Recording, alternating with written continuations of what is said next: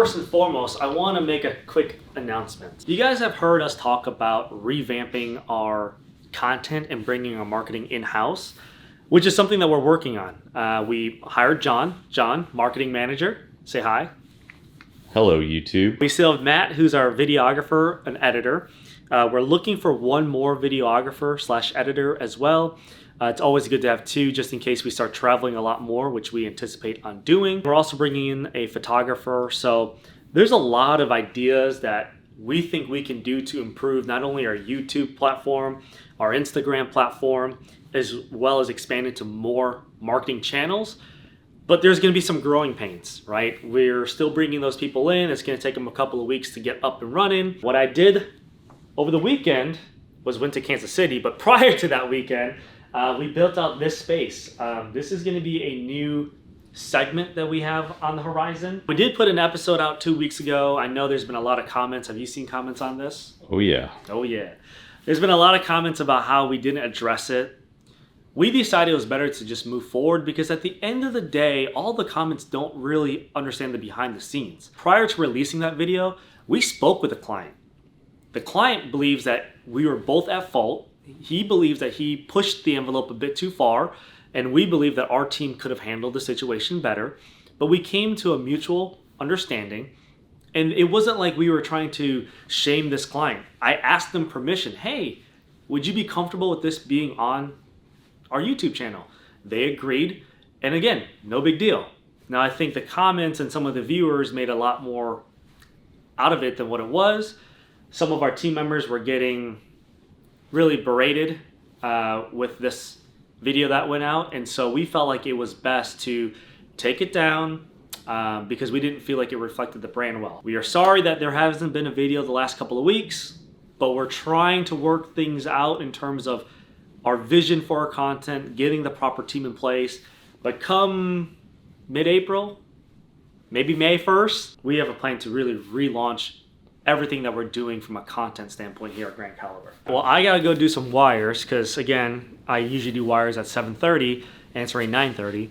But we did go to Kansas City this weekend for a partnership with the Big 12. Thank you, the Big 12, for hosting us. Thank you, Brett, from the commissioner of the Big 12, for having us out there. Take a look at what we did at the Big 12.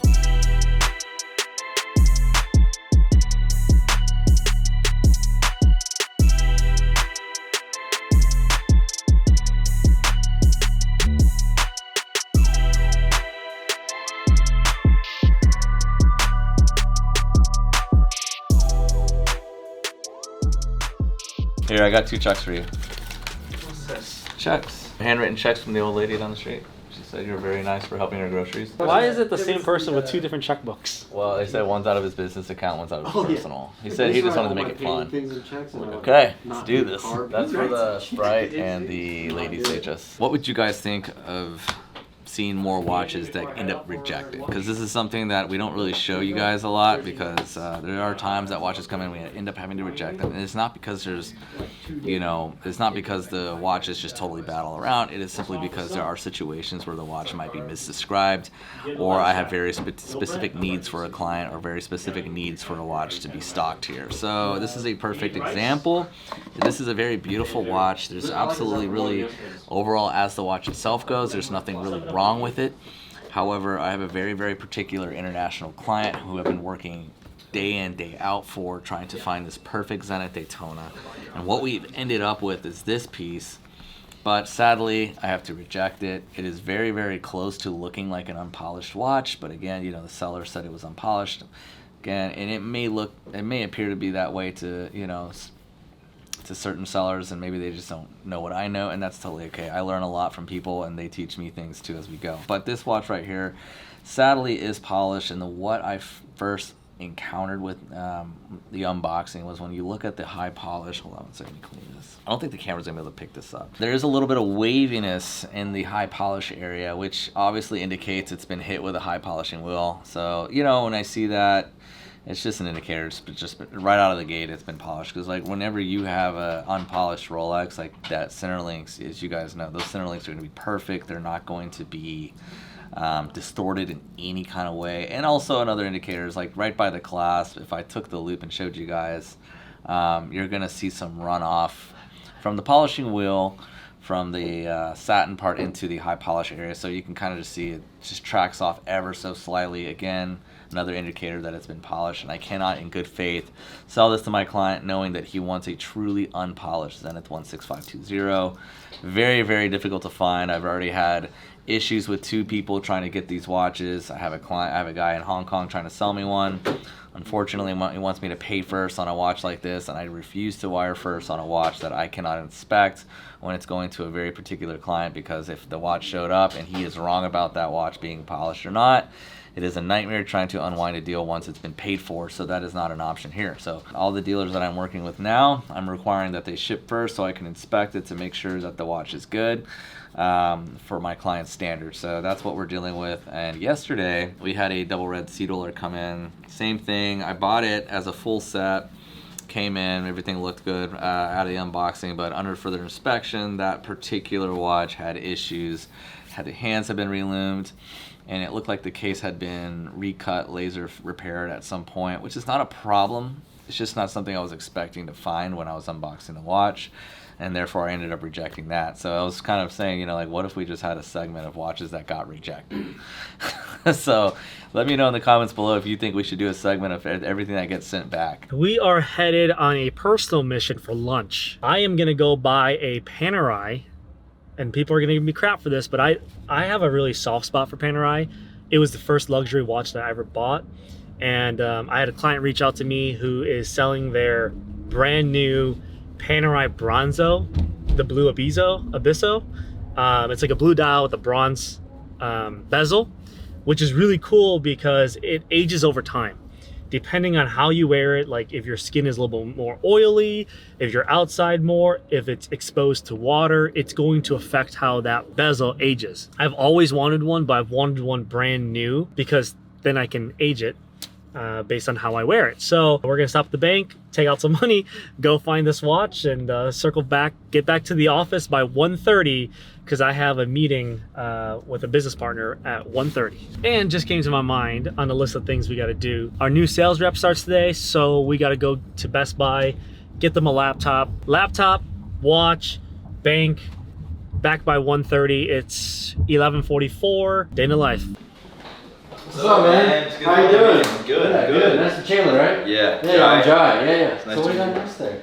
Explorer 2. Ooh, nice. Okay. Yeah, this was passed down. My dad had it, and that was from his dad. He gave it to me at 13. My mom didn't let me touch it till I was 18. Damn. You know what year it is? Dude, I don't have the box and papers to it, but my dad said that I think it was before 2004. Yeah, let me see. Yeah, it has a whole case. Yeah, definitely pre-2004. Yeah. I love it, man. Yeah, no, it's probably like a 90s model. Yeah, and that's now what's gotten me into the world of watches. Yeah, right? yeah, of course. That's how it starts. It's a little addictive. Get one and then it just flows down. But yeah, man, we'll take a Exactly. look at the showroom. We got some cool pieces. I work in real estate. I do recruiting for a company called Douglas Elliman. I work based out of the Houston office, but I recruit for our Dallas office. So I come up here once a month. Oh, and I saw your stuff on TikTok. I was like, all happened organically, right? Yeah. And that's why I DM'd you. You weren't like some Vucom dude with thousands of followers, but like you. Yeah, way more low key. Yeah, exactly. Yeah. You reached out, like personable, like that's what I like. I like building relationships like that. So, hit you up, and we've just been going back and forth and made it happen. I know I've been DMing on Instagram a lot. Got your number, so then rolling through. But yeah, man, dude. let's take a look. Anything in here that catches your eye? I mean, I'm not gonna buy something today, but I wanted to come Yeah. check shit out. But like, Yeah, I love. I mean- My uncle has like the Pepsi. I love that. You can't go wrong with any Daytona. Like that gold with the green face is just. Yeah, John Mayer. Yeah, that's incredible. Yeah, that's a This is what I want to get for like when I'm making a little bit more money. That'll be my like watch. Yeah, for it's sure. right on. The sub, and then also I love that Datejust. Yeah, The white face. The white. See, ever since I've been wearing, I need to get another one. I had so many people want that watch when I was wearing it. And the Jubilee band is so sick. Yeah. You gotta go Jubilee. I mean, it's more comfortable. It's just more iconic. It's a great piece. So how long have you been into watches? Like What started it? Year and a half. Just Yeah. always had a passion. I found these guys actually on YouTube, and then started kind of working in deals with them here and there, and then they just offered me a spot. So did you just kind of start buying watches like on the side and then flipping them to people? Like, Yeah, how do I you- own a roofing company, so I saw that. yeah, so I was doing roofs, and then always loved watches, so I just bought some and then sold some here and sold some to other people. Yeah. Kind of got networked a little bit, and then I just ended up doing it more and more towards more of a full-time thing. And then I wasn't quite ready to be full-time in watches, and they're like, just join us, you can do full-time and just make it work. So do you have your roof business running like on the side too? Yeah, I still do the roofing, yeah. That's awesome. Yeah. So you got two sides of income, man. Yeah, I like it. It's nice. I love this too. But I love like the two-tone Wimbledon. I think that's a beautiful man, we watch. just sold one. We Really? A stupid deal. It was $15,000. It was a two-tone Wimbledon. I think it was a 21. That looks good, man. I know. This is like the watch I want really bad. It's a great everyday. You have one, right? I did, and I traded it for the GMT. See, that's my other girl. I love that watch. The back girl with the Jubilee. It has my birthday on the card, so I was like, so I just bought the sub, and I bought one brand new. I never buy brand new watches. Okay. And I was like, so I was gonna keep it for a while. That was at least my thought process. Same thing with the day chest. I was gonna keep it for a while. I had it for like 4 weeks. Yeah. And then this came through. Vic put it on a store, and I saw it had my birthday on the card. So I was like, dude, I gotta get it. Gotta get it. So I just traded in the sub right away, picked it up. So what's something like this for? Like 12.5, 13.8. 13.8 for a 2022. We actually have a stupid deal. We have a $12,000 one coming in, fully stickered, a 2020. So it's a 40. See, I wouldn't mind buying a used watch. I feel like buying a used watch is better than buying at least for my age, buy used. It all depends. If you're really OCD, I always tell people to get new. If you're not really OCD, get a couple scratches on it, and then you already got them, taken out care of. You know what I mean? I agree. Tudors are cool too. My uncle has one. The Tudor's underrated. You get a lot of watch for the money. So for sub 5,000, you get GMT. You get, nice. I like the new Pelagos, the ceramic bezel one that they made in 39 months. It's cool piece. I like the one that's like this, but it's got more of a not a cloth band, but a thinner material, and it's got like the brass capping around the top. Oh yeah, the black face. Yeah. That's I think it's like the Black Bay. Yeah, the Black Bay 58. It's bronze, I think. Yeah. That's what it is. Yeah. So this is one of the only Black Bays that they make with an actual date window. But they make it on a metal bracelet as well, but that's on the leather strap there. I don't know why they don't make more Tudors with the date window. I know. But they made this one in a two-tone version with it, so it's the Black Bay steel. Plus, when you already own a Rolex, it's kind of like, I don't know, I can't go back, It's kind of, everyone who gets a Tudor is always wanting to get to the Rolex. Mm-hmm. So it's, for the most part, there's people who just have huge collections, they got everything. Yeah. But for the most time, we get somebody that scratches the itch for about a year, and then they roll through and pick up either a sub or GMT or Milgauss or something. Well, I appreciate you letting me check all this stuff out, man. Of course, man. I don't know why, but I'm going to take a lot of heat for this, but I love Panerai. Shut up. What? You didn't even know what I was gonna say. I said nobody's gonna give you heat for Panerai, bro. I love Panerai. I love Panerai. I started my business selling Panerai. I would chase down the rare Panerais back in the day. I was buying the 275s, the 277s, the 188. I was briefly. I got a little too much. This is my third Panerai. My first Panerai, well, my first luxury watch was a Panerai, $13.92.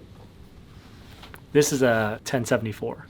What's cool about that watch is when you look at it from afar, it looks like a rose gold watch, but it's made out of brass. Bronze. Here, you let me hold that one there for you. Why? Because you don't want your Biden?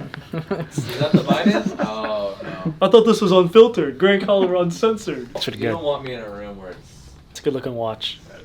Thank you, Panerai. There's literally one, I see big dealers all the time in the group chat selling them. So money who cares? makers. Two, I have clients left and right who have multi-million-dollar watch collections that also have those in their collections. They wear those. They don't care. So it's already in that category. Like they're already associating those watches with something they'd wear. So why wouldn't we sell it? I get asked all the time if we have them. Really? All the time. Oh yeah. I just end up being like, yo, contact my friend. He has a bunch of them. Just because it's not worth it making money off of it. Nobody's like when I'm gonna look make $50 down on us it. because we're selling new watches. Whenever I see other high-end luxury, like gray market dealers selling RMs and all these other things, and all of a sudden they got a moon swatch on their website, it doesn't flow. Like I said, one of my favorite books, Start With Why by Simon Sinek, I think that deviates from their why. Luxury Bazaar sells G-Shocks and Movados and I know. Casios and They all sell that like stuff. They sell $10 everything. watches if you get on their site, and I think that it doesn't go with the brand at all. Just say that about a lot. Like for example, TPT, they're known for hype pieces, right? Well then recently Sean started posting some vintage stuff, which is like totally not even close to what they've been dealing with. So I think people are always gonna have something that don't necessarily fit. But with us selling watches and people asking about that product all the time, it's not gonna do anything but benefit. But if you're driving by a Bugatti dealership and you see nothing but Bugattis, and then you see a section right there to the left, and it's all used Hondas, beat up Hondas, or whatever it might be. It doesn't fit the brand. This is where you're wrong, bro. Okay, Comparison. it would literally be like, okay, let's take the Bugatti dealership. But if for whatever reason Honda did a collab with some, call it whatever, some brand that's like just hype, and there's only like a run, you know, like a release of them, like a Supreme Honda. like if it was a Supreme Honda, exactly. Let's say it's a Supreme. I would say like I could see them like, all Ferrari. right, maybe they have one or two off to the side. It's just kind of like a gag thing for them, but nobody's gonna. Because you can say that Talk about a down lot of to stuff in there right now. Like Yeah, we got some that dogs in Omega, there, right? that Omega on the yellow strap. That's a Whoa, watch whoa, that. whoa, man. Omega is a luxury brand, all right? Okay. So is the Swatch. I don't Swatches I don't aren't. consider Omega. It says Omega on it. It is. It is. It is. That It is is. not an Omega watch. It is, but in my eyes, when I think of Omega, like when I think luxury watches, Omega does not cross my mind. Bro, Omega's definitely luxurious. Say it again. We are all entitled to our opinions, right? Whether it's not about who's right and who's wrong. It's just when I think of luxury watches, things that pop in mind are Patek, Richard Mille, Rolex, and it just is what it is. When you think of luxury cars, there are certain cars that fit in that category. It doesn't mean, or to you, but it doesn't mean that these other cars that somebody else thinks luxury does not belong. Would you consider Audi a luxury car? Yeah. Okay, and then Rolls Royce, is that a luxury Yeah. car? Okay. Yeah. Well, you're saying like Patek. I get Patek is like a Rolls Royce. Omega's like an Audi. They're still both luxury. Right. You know what I mean? And that's the thing. It's not saying that it's not a luxury watch. To me, it just doesn't pop in my mind when I think luxury. Because you're desensitized now. But whenever I first got into the watch world, I could not wait until I got that first Omega, and I couldn't even fathom spending $7,000 on a watch. Yeah. Ross was luxurious. And let me say one thing. I love Omegas. Like, it's a great watch. It's to start out, you get so much watch for the money. The movement is phenomenal. I'm not down in Omega whatsoever. Only thing I'm saying is it doesn't cross my mind when I think luxury. Listen, Let me know what you guys think below. He said it a lot different. He said it a lot differently 5 minutes ago. He said it a lot different. And I wasn't trying to backtrack. It's just I don't think Omega's a luxury brand. I still don't. Omega's for sure luxury. Yeah, hardcore. People save up their life You want to me buy explain why Omega's Omega. luxury? You know what I They mean? make And the they best also yes. and they also Let's let Lewis, the Omega guy. Omega's been around for more than 200 years. If you go to Europe or if you go to Asia, Omega sells more than Grandma's Rolex. been around for 200 years. Don't make her luxury. So Omega, like their movement, like they lead the watch industry when it comes to movement. Which is true. They're the best movement, other than like Omega and JLC. I would say they're the best too, movement wise. In terms of like hype, Rolex. You know, and in terms of price, Patek, AP, Richard Mille. But Omega is definitely still up there. They push the industry a lot.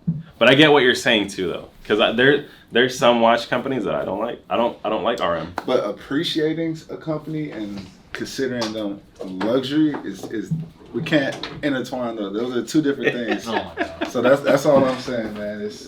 I feel like there's like a Seamaster is very close to Rolex ceramic. The movement's still in the same like cost certification. Marketing. It's just you can go buy one at Omega today, whereas you can't with the Rolex because of the hype. But in price point's like double. But it's like the same materials, the same everything. That's a good point. Like Rolex's gold is not as good as Omega's gold. Rolex's titanium is not as good as Omega's titanium. Rolex You know does what I have mean? better steel though.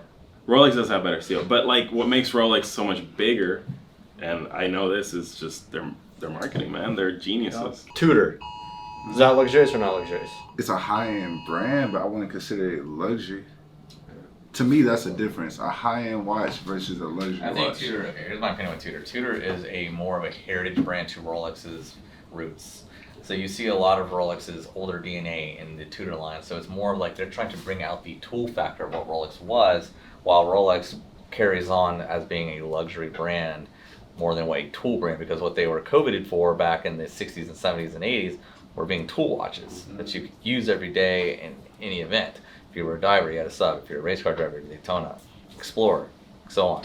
Now they've kind of pushed that energy towards Tudor, and kind of like if you notice, they always have the chamfers, they have the patina right out of the gate, they have the riveted bracelet, so they have that DNA and that, that lure to people who want that, you know. Whereas Rolex, like I said, it's just they're clearly like going in the direction of having more of a luxurious appearance. When you know, for me, it's like, well, all right, when you drop a two-tone Sea Dweller, like you're luxury. You know, at that point, you've gone luxury. That's true. Listen, So- in my opinion, I think anything over $100 for a watch is a luxury watch. Hey, stick that at the No, So you're listen, saying listen. that the moon swatch is a luxury watch? Yeah, exactly. Yeah, I didn't say. Listen, no. Mood swatch is coming No. this week. Listen, I said that it didn't fit. I didn't fit our demographic as far as the luxury that we sell. I never once said it wasn't a luxury watch. I said it wasn't our luxury. Let me say one thing, man. But I think if you ask 100 people this question, you will almost get 100 different answers.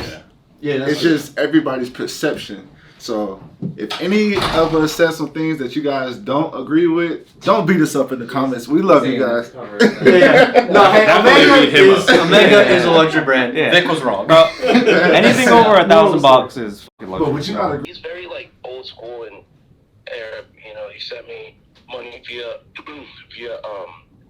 PayPal, which Right. anyone who uses PayPal, I only have PayPal solely for him because I do a lot of business with him here in Houston with the Emiratis and all that. Okay. PayPal doesn't hold on everything. There's always Right. a hold, It's like, dude, they've yeah, locked up so- 80,000 yeah. plus transactions on us twice, that's what I'm saying. and each Yeah, time it so took it's like- 6 months to unlock.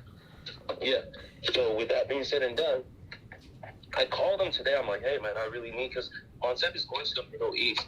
I know he wanted to have that before he left tomorrow. Right. And so I was talking to Victor. I was like, hey, look, I'll bring you my elephant, bought some papers, Okay. and hold on to my elephant.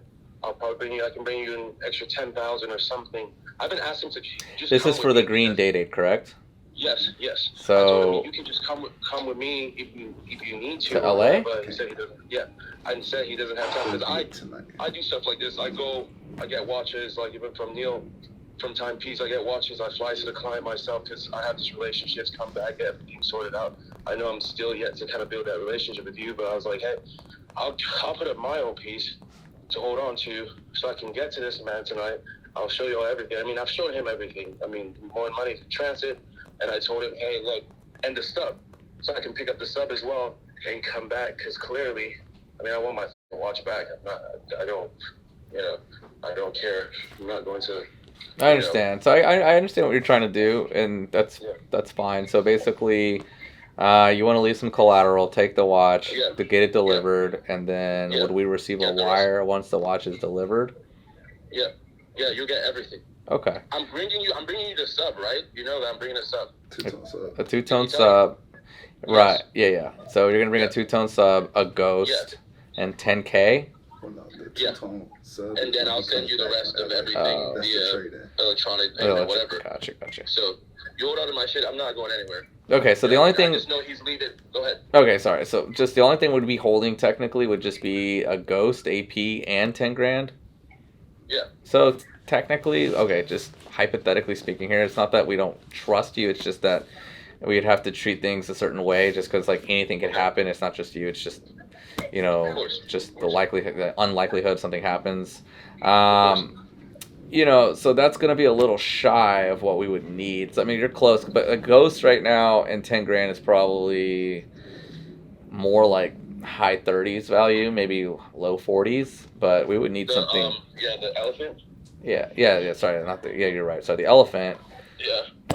That's probably right now like wholesale on that watch is low 20s. So you're really only giving us like 32K of 50 or whatever the sell price is. So if you have something, I'm over half that. do you have anything half else that's collateral that we could use? I mean, I can bring you something else. Yeah, what's that? That's fine. I can bring you.